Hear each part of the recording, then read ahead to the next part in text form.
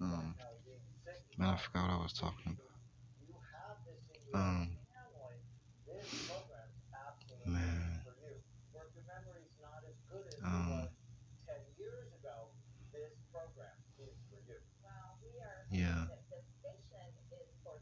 So if you're, I figured that's the math, right? That's the math. That's what it adds up to. If you're judgmental, and you always have to, you know, well, if you're like just solely negatively judgmental, like if you're critical of people, right? Because judgmental can go both ways. But let's say critical of people. You're critically judgmental of people. Well, that that can be used. It just. I guess what I'm trying to say is it matters how we use our opinion of others. And it not only matters to them, but it matters to us. Because I know one thing: when a person is compassionate, like I'm compassionate, you know what I'm saying? Like, my son is compassionate, like, my mom is compassionate, then, you know what I'm saying? But more like I'm compassionate. Because I feel like I got a special, you know, a special, I'm on like a higher level of compassionate or something. You know what I'm saying? Like, um, I feel like I'm on like a higher level of compassionate. You know what I'm saying? Because, well, I I've been to some shelters, and um I've seen some people that have been cheated and have been abandoned and have been betrayed, and they don't come out and say that, but um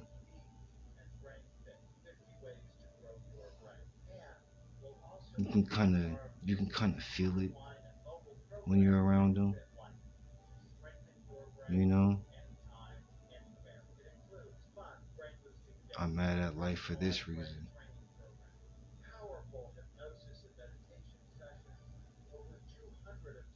you know and that's what's destroying us as individuals, as a people, as a society. You see what I'm saying? We're brainwashed into this, uh into setting the bar too high. You know what I'm saying? Like, if you're, like, for real, if your great grandma, if you know what I'm saying, if you go back several generations, 3 4 generations, and you know you've always been, um well, poor, lower middle class, poor.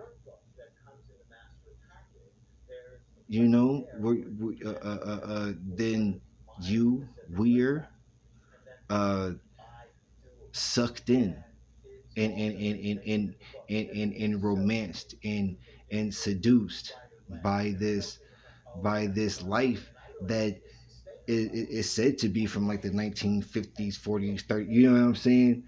Back then, but you know, has always existed, and but doesn't exist for like everyone. Like in the 1950s, you can identify a way of thinking with the time period, but the fact of the matter is, you're simply identifying with a group from a time period. You know what I'm saying? But they tell us that, you know everyone is like this. Everyone is middle class. Everyone is in the middle class part. You know, everybody wholesome, and righteous, but but confused, but still compassionate, lives this way. And if you're a good person, if you're like this, you can live this way too. And I mean, at least that was the message that I got, you know. And a lot of people, a lot of people. See, there's a lot of things to live up to in America. You know what I'm saying? You have to have a, if you're depending on how you look on the outside, you have to have, certain things. Wait a minute, let me hold on. I was talking about that. Okay, right. So in the U.S., in order for you to feel normal, you see what I'm saying? In order for you to feel normal, in order for you to be considered normal, in order for you to be accepted, you have to live a certain lifestyle. And if you're from the lower middle class, poor class, then that lifestyle, it's like it's like an unattainable goal, right? Because you've only seen it on TV.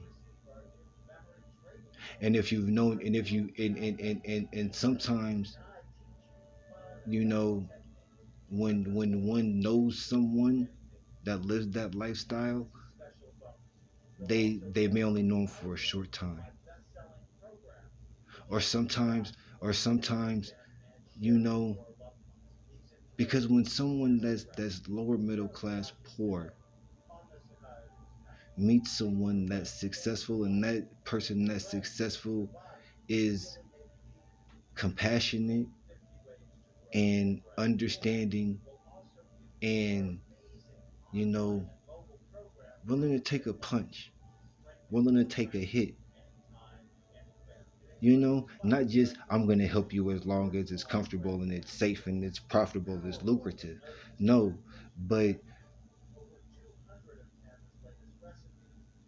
as long as we're helping each other, I don't care about, whether you get mad at me or not, or, you know whether you need to go spend time with someone else.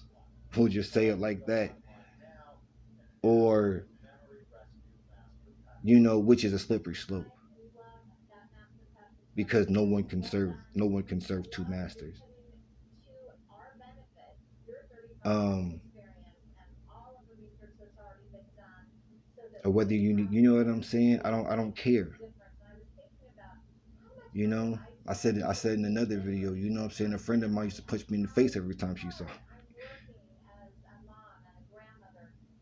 but she never hurt me. Well, she did hurt me one time.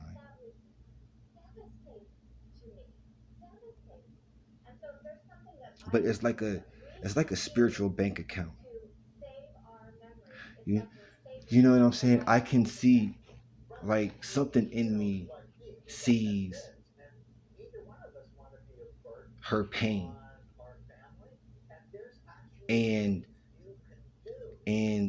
something about me, even though I haven't had a rough life, something about me is accurately gauging uh the amount of pain that's coming, from this person, and why, and that, well, they never had a chance. She never had a chance. They never had a chance. Teach them young, and they'll never depart from it. That goes both ways. My dad used to tell me in Deuteronomy, It says something about the sins of the father being passed down to the son, because that's all you can teach him. You can't teach your son what you don't know. See, I was lucky. I was lucky. Yes, I am a deadbeat dad. I got like I got like 7 kids. I got like 7 kids, and I can't take care of them, none of them today, but I will be able to. You see what I'm saying? And that's on my baby that's not with me no more. And that hurt like hell, but I digress. We talk about that later. Um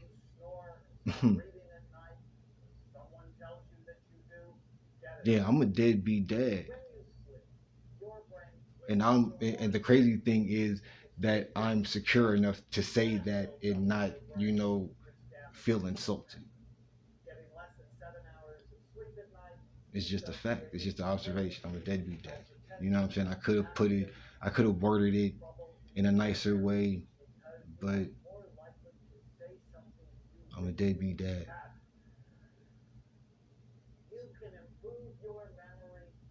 You know, but I'm a good deadbeat dad. I'm a lucky deadbeat dad because I don't have to teach my son what life taught me. You know what I'm saying? The older, more stable, more experienced man did that for me, and I have mixed feelings about it, but it's better than I could have did for him if he was with me. So I'm lucky about that. It's better than what I could have did for him. Imagine him living with me.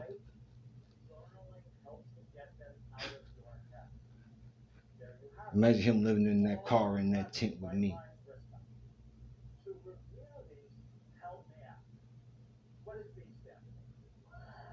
See, that's why I hate to ask for stuff. You see what I'm saying? This man raised my son and probably didn't say too much bad about me, if anything. And if he did, I trust it was a teachable moment. Shoot, I tell him you don't want to be like me.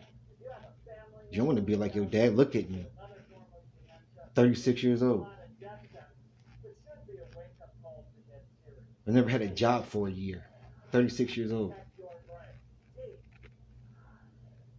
I don't have I don't have a college education. I don't have money in the bank. I don't have a vehicle. I'm on government housing.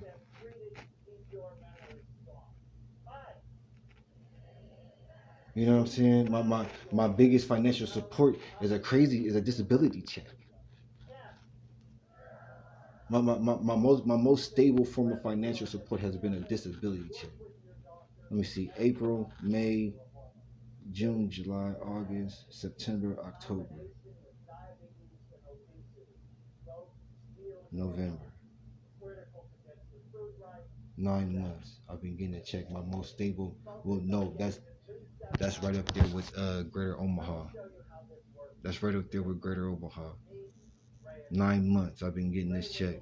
My most stable source of income has been a disability check, and that's only been 9 months. I don't. Why would I want him to be like me? Why? Why would I want him to be like me? Not in those ways. And I believe that's one thing that I need to make clear to him.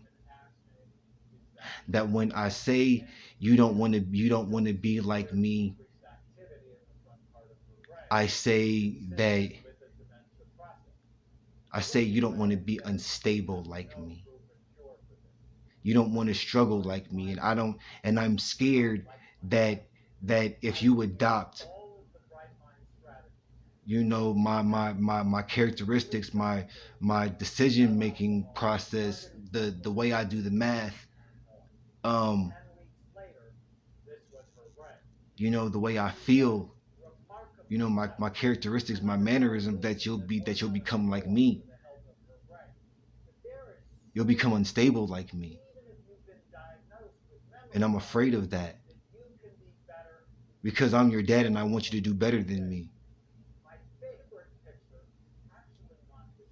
I can die a penniless hobo as long as you're better than me and I still did my job.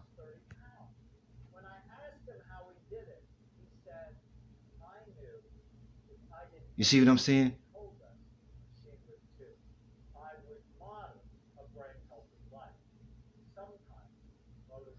I mean, shoot, if all I ever showed you was not what not to do, then damn it, at least you learned something.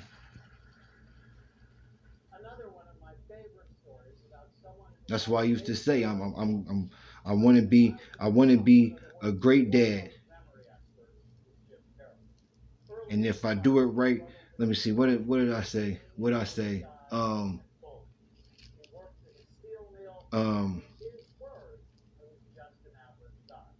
I want my kids to remember me as a good role model. And if I do it right, they'll remember me as a good role model 2, 3 generations after. Something like that. Damn.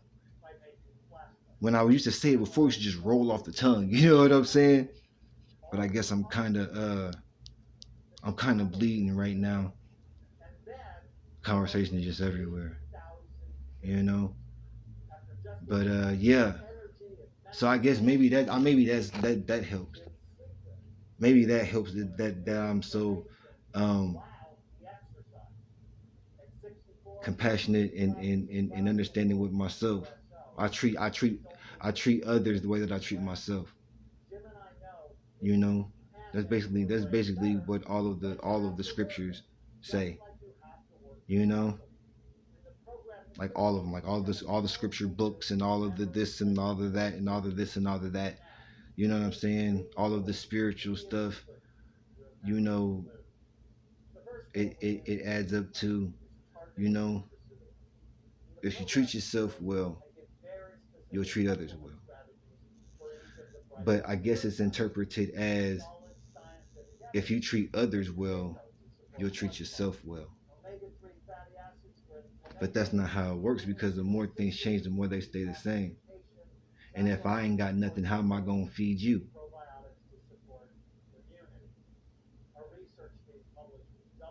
You know what I'm saying?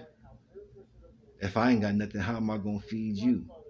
Don't get me wrong. Oh hey. Don't get me wrong. I'm not a you know, bleeding heart, um, sympathetic, bleeding heart, martyr. Look, I'm kind, I'm compassionate, I'm understanding, which also means I know before it crosses your mind whether or not you're gonna try to play me.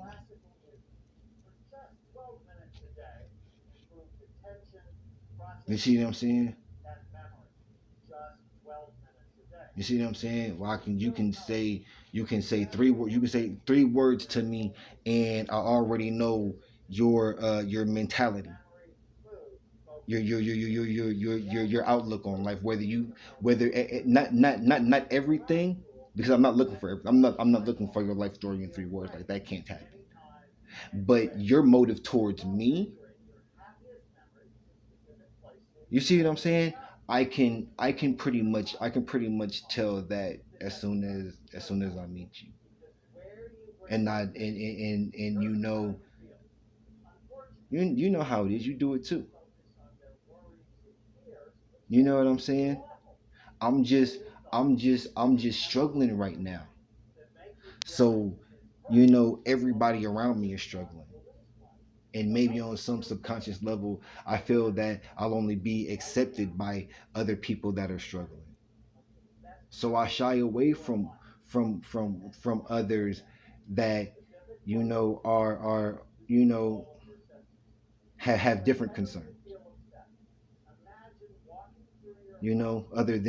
other than financial. Don't have financial concerns like I have. Don't have that that that that seemingly unattainable goal, trying to find the path to success on my own, you know trailblazing my own path to success. You see what I'm saying? And all of the nicks and cuts and bumps and bruises and blood, sweat, and tears that go with it. You see what I'm saying? Because, you know, my dad struggled in his 30s hard, but he got his life together now. He's 56. No, he's 57. He just turned 57. Or is he 56? He's 20 years older than me, and I'm turning 37, so I'm thinking he's 57. And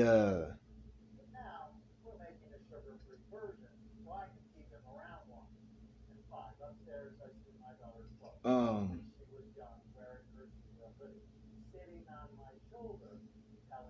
yeah, he got his life together. He had some rough 30s. His 30s was rough. But he got his life together.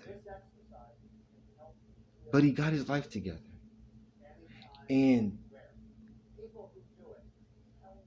I'm happy for him, but I just don't want to do it that way. You know, I just don't want to do it that way.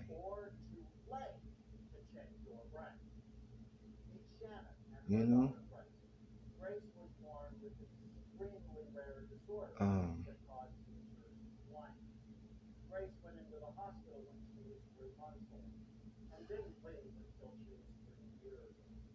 I don't like tearing down people. I'm honestly incapable of tearing down people. Well, no, that's not true. Um, People that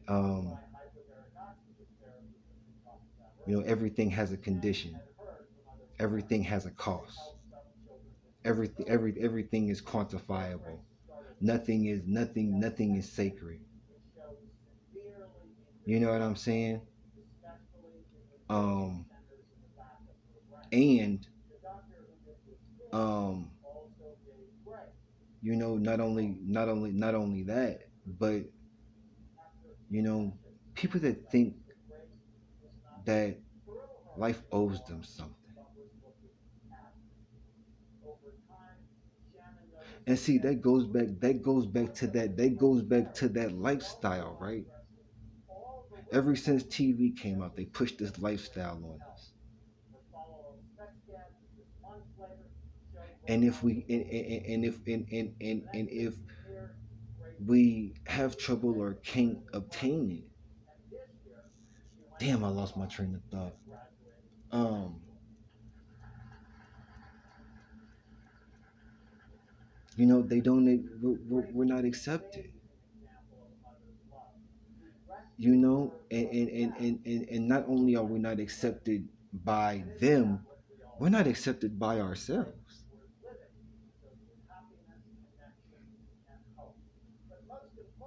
And that's the thing about this, um, you know, um,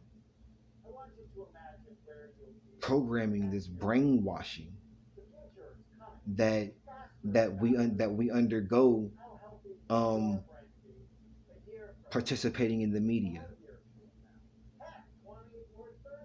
Hell, man, I need to stop watching TV all damn day. I'm about to turn the TV off now.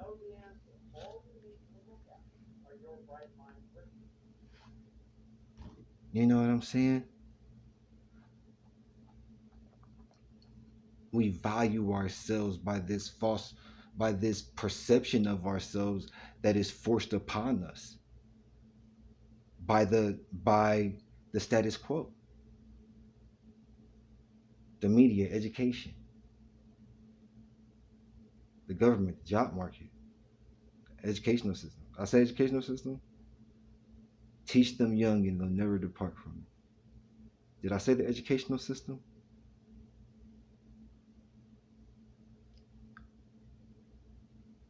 But then there are the naturals.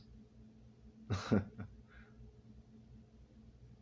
see, that's the thing. Everybody wants to get a leg up, right? It's a capitalist society, right? Right? A government funded by the people, right? I mean, you know, you can't outlaw everything. And what you can't outlaw or what you have outlawed and you still need to do, you need to outsource to someone so that you don't get your hands dirty, or at least consult someone. You see what I'm saying? And it's odd that I am still it's odd that my self-image and my self-esteem is still constricted by this image that you know was was was snuck was deceptively placed in my subconscious, and my self-image suffers. And crap, I hate it when I get those segues and I don't remember what I was talking about. um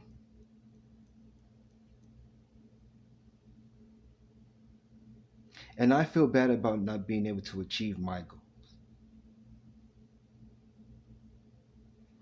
you know. And I feel and I make myself less than, right? Because you know, rich or poor, you know, people are people are either always competing or always compassionate. Some people even compete at being compassionate.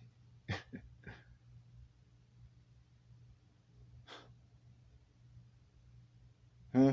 I guess it's the lesser two evils, right? I can donate more money. Well, I can send more meals. I can do more counseling. I can house more people. I can send more children to preparatory schools.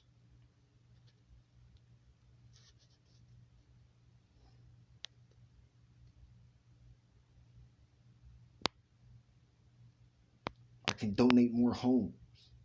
I can donate more vehicles. But who gets that stuff, right? People that already got stuff. The visible, the the middle class, the upper middle class, sometimes the lower middle class, but a larger percent. You know what? Now that I think about it, every time I see one of those Publishers Clearinghouse commercials, the people that win are in, like, suburban neighborhoods, nice neighborhoods. You know what I'm saying? Middle class, upper middle class neighborhood. I don't I honestly do not remember any lower middle class poor people winning Publishers Clearinghouse. And aren't those the people that need to win Publishers Clearinghouse? Right?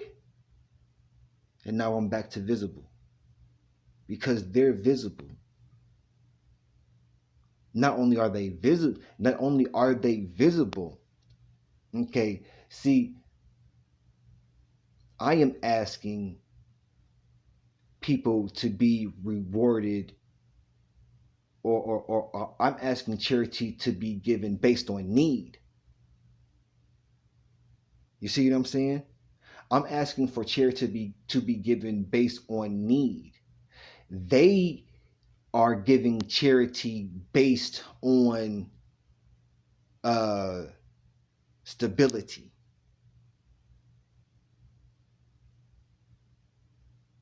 You see what I'm saying? And I can't say it's unfair, but there's a record of those middle class, upper middle class people's stories.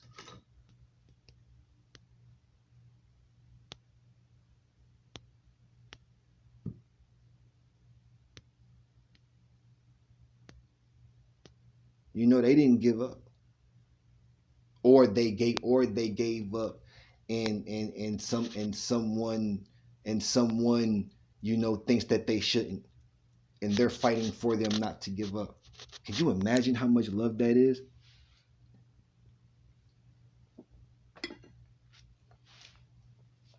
To earn that kind of love and respect and consideration from someone, that they will fight for, your legacy. They will fight for your dream.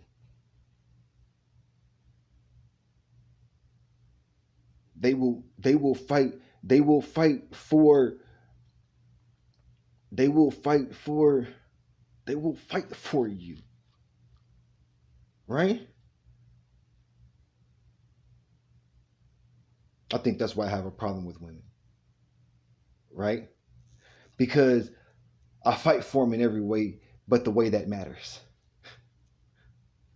right?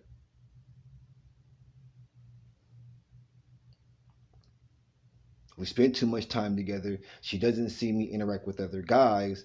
She starts forming an opinion of me, which is easily backed up because, you know, she's probably known these people longer. You know, you know,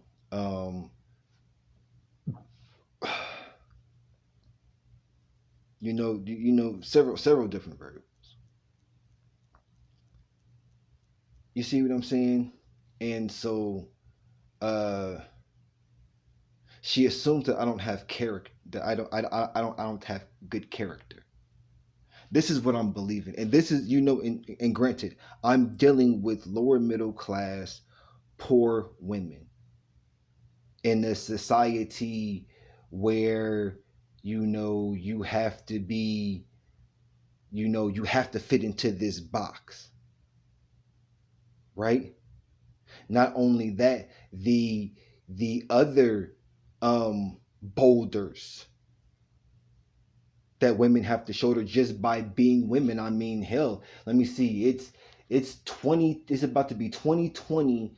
40 years ago, 45 years ago, 50 years ago, it was legal to beat and rape your wife.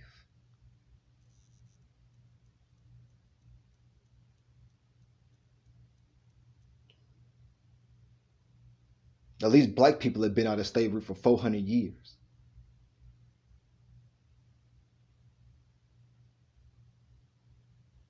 45, 50 years ago, 40 years ago, it was legal to beat and rape your wife.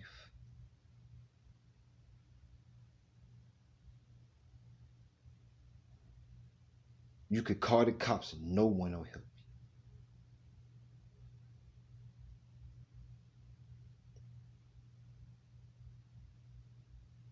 Hell, they'll understand. Oh, yeah, man, you told her once.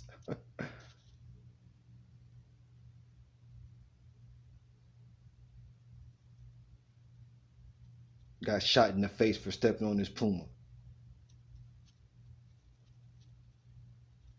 Oh, dinner was cold. Come here, let me black your eye, bloody your lip, and sexually assault you.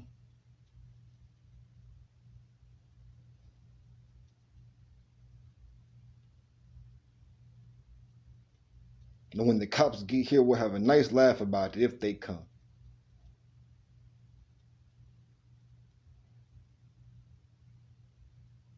if they don't hurt you too.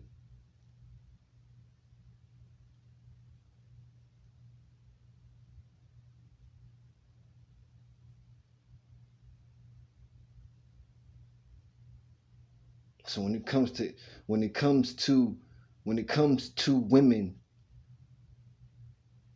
because see, 40 years, that's 1.5 generations. That's only 1.5 generations,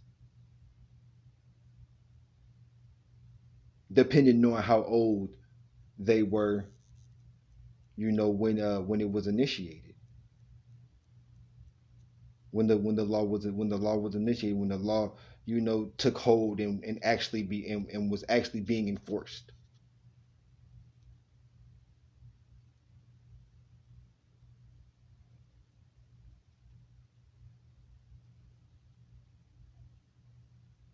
And you have to ask yourself, well, was it just so uncommon, or were women slaves? Women were slaves. I guarantee you that. Not allowed to work outside the home, can't be too smart, don't talk too much. You always have to maintain the image of a happy home no matter how I treat you. No matter how I treat you, you just keep the faith that I'm right. No matter the means or the ends or the motive, you just accept I'm right. It is your duty to be my wife.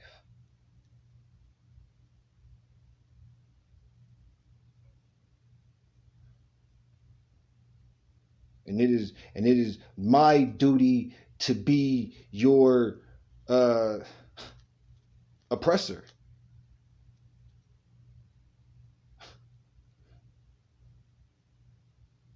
See, women are too strong.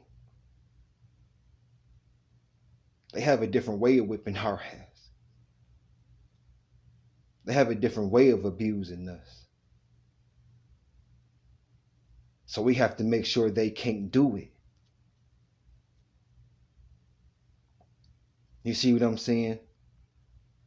Because they think and they feel and they strategize in a different way.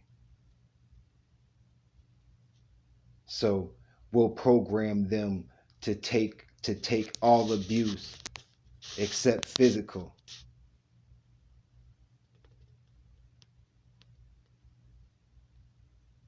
and will uh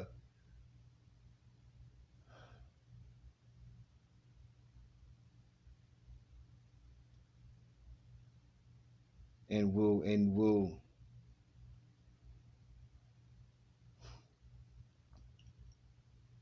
I'm not saying all people thought like that, but it's possible. And fuck, I gotta do something real quick. I'll get right back to this.